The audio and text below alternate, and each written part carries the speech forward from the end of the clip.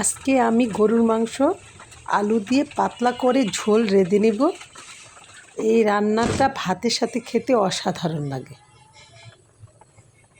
Hello, আসসালামু আলাইকুম everyone.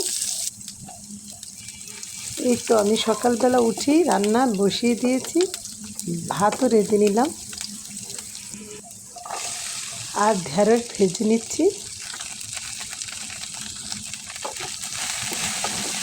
লবণ হলুদ দিয়ে নেড়ে চেড়ে ঢেঁড়সটা ঢেকে দেব।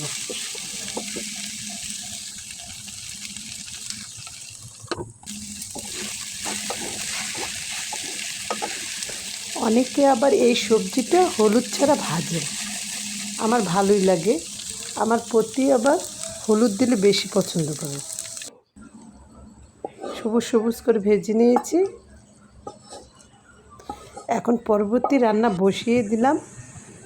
পেঁয়াজও ভেজে নিয়েছি বেরেস্তা করে, আর অন্যদিকে গরুর মাংস ধুয়ে রেখেছি।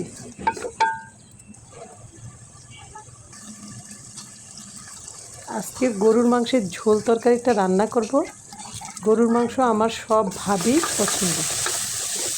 এখানে পেঁয়াজের সাথে আদা রসুন পেস্ট, হলুদ মরিচ ধনিয়া লবণ দিয়ে ভালোভাবে মশলাটা কষিয়ে নিচ্ছি।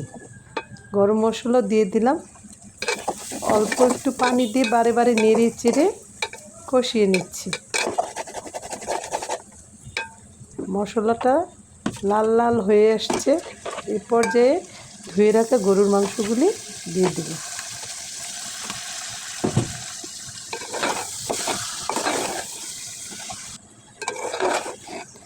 ভালোভাবে নেড়ে চেড়ে গরুর মাংসের সাথে মশলাগুলি মিশিয়ে দিচ্ছি।